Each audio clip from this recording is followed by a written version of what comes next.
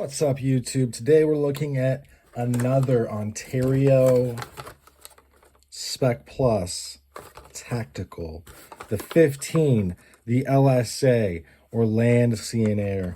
I learned that because it's before me, like a lot of people, before I make a video, I very quickly check out what has already been said to see what I can add. The overall length of this is 11.5. Blade length is 6.3. Blade material, high carbon steel, 1095 or 1075. It's not gonna be 1095. Blade hardness ranging from 57 to 59. Synthetic rubber handle. The sheath is included.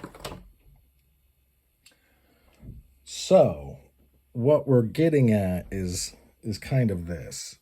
I thought that this was a Mark II or Gerber Mark II or Gerber Mark III knife because it is very much in the silhouette like one, but I don't think that it is. The Land, Sea, and Air distinction makes me believe that it is a dive knife, but it does very much look like a Fairbanks or whatever that guy's name is, Mark II or Mark III.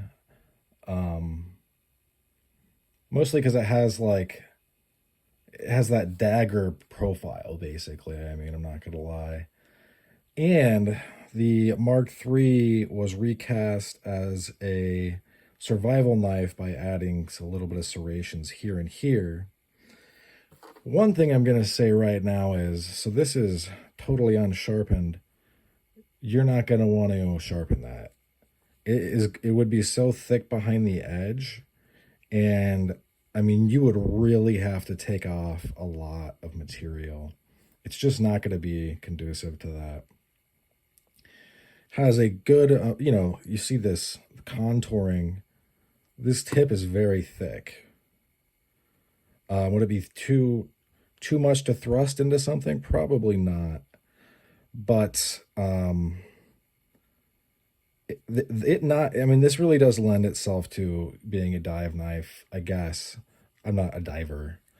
I'm not a frogman, so to speak, although I am French. In that, I mean, you could probably thrust this into sheet metal, into steel, definitely into a shark or a person. This is a flat grind. So it's pretty reasonable behind the edge. If you had to cut some cordage, you definitely could. And it is coated, so you could take it into the water.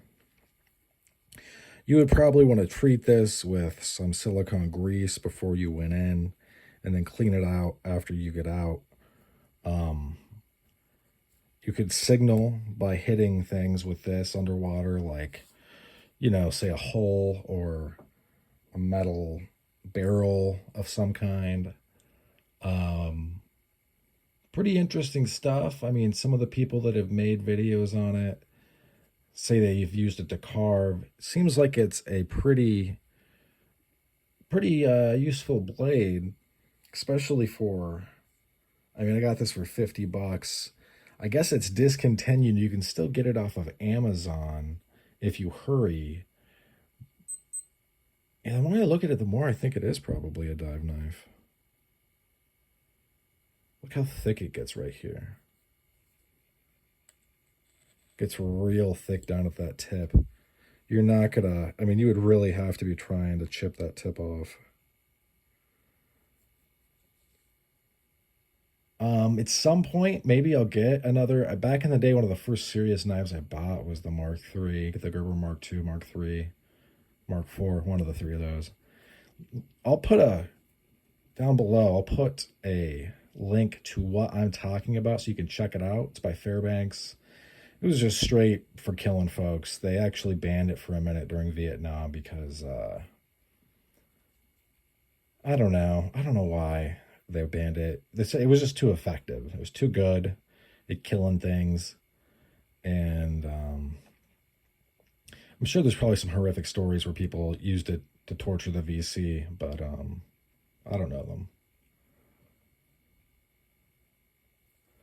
Yeah, if you're looking for a knife in this area, I think this would be a good option. The sheath is just fine. All the sheaths are just fine. Don't listen to people that say they're not. They don't know what they're talking about. I think this is going to be it for a while. I'm going to do a family video of all of these. But in any event, thanks for sticking with me to the end. That's about all she wrote for this one. Hope you folks have a great rest of your day. Bye now.